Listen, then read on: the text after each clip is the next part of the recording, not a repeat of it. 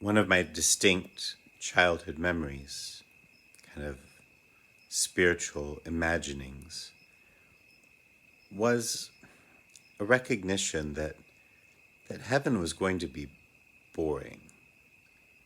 I just couldn't imagine eternity with angels and clouds and harps praising and worshiping God. It sounded like going to Mass on Sunday and it never ending. And I was worried, with a child's mind and worries, that if I didn't enjoy heaven, like what would be the alternative? And I hope I've come to understand God and worship and love better, and I'm kind of looking forward to heaven now. But I share this memory because as we consider the teachings of Jesus that are warnings, admonitions, like the one we have in today's gospel of the 10 virgins, the 5 who are prepared and the 5 who aren't prepared and get locked out of the banquet, that we not fall into the temptation of thinking of these warnings about our moral lives, about behaving, about doing what we're supposed to do. Because Jesus had more in mind than admonishing, coercing our good behavior.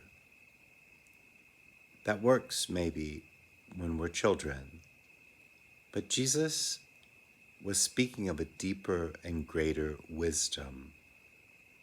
He wasn't just talking about how we act, but what we want, what we desire, how our lives unfold.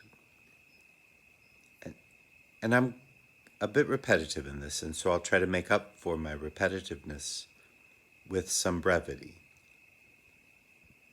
But if we spent twice as much of our energy on desiring the things of God, of understanding his plan, of receiving the gift of his grace and love and forgiveness, of recognizing with gratitude the love that surrounds us, and spent half as much of our energy on trying to get ourselves to do the things that we should, it would work so much better. And I acknowledge my repetitiveness in this, not because I figured it out and I want to keep saying it, but because, at least right now in my life, it's what I'm working on. But I think it's also what we should be working on as a church and a community and a world. That God's rules and laws, as kind of imposed from outside, they don't do much good for us.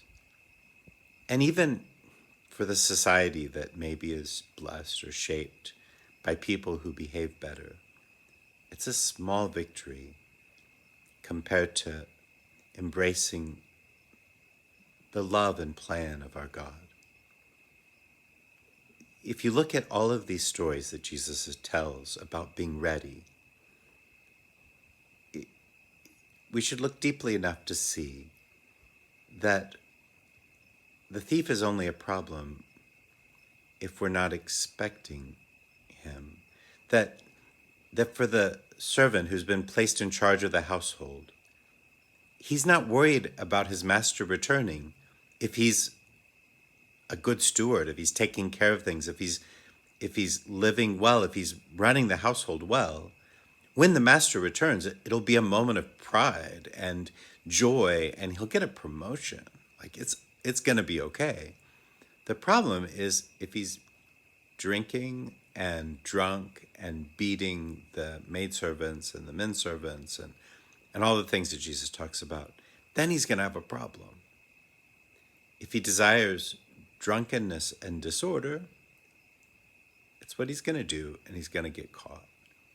But if he desires to be responsible, to live as a steward, to receive the grace and dignity that's been bestowed upon him, to live up to the trust that has been placed in him, he's going to do great.